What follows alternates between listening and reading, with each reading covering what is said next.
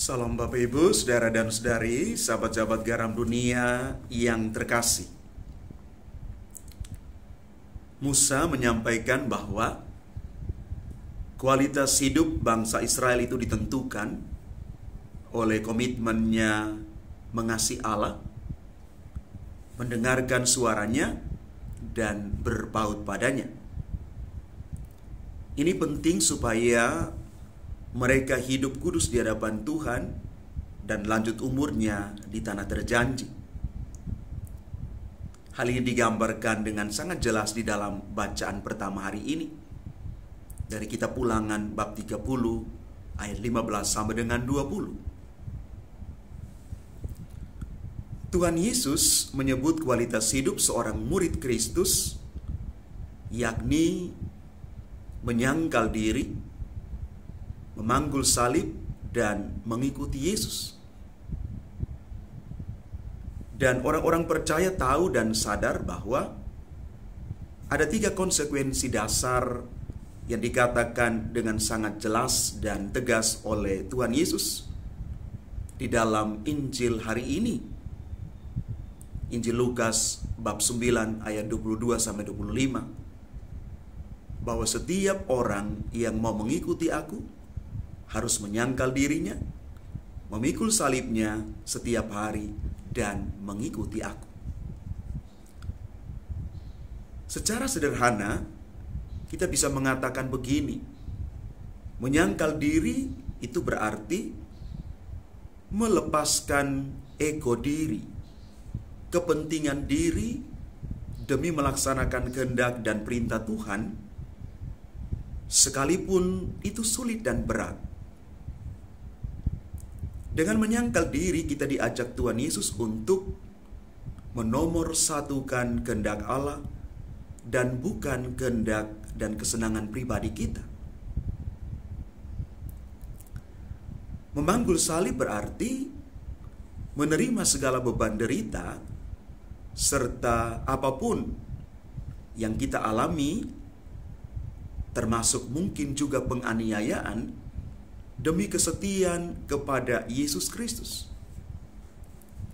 Sedangkan mengikut Kristus berarti tumbuh menjadi murid yang unggul dan berkualitas.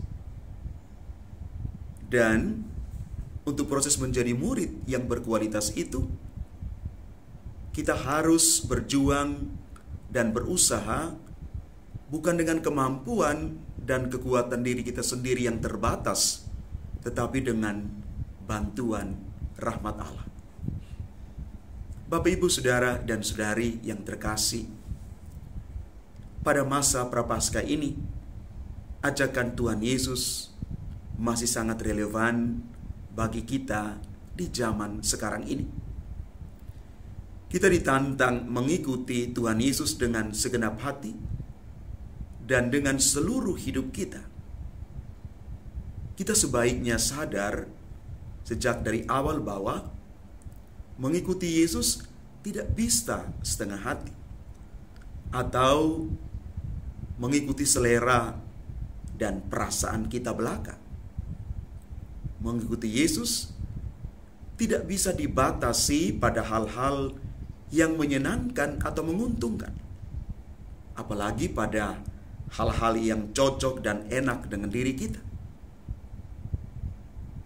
Kita justru diajak di tengah kesibukan dan tuntutan hidup yang begitu tinggi pada zaman ini untuk menyangkal diri dan memanggul salib, serta mempersiapkan lebih banyak waktu untuk berdoa, memberi perhatian lebih pada keluarga kita dan juga sesama, dan siap untuk menderita demi iman kita kepada Kristus.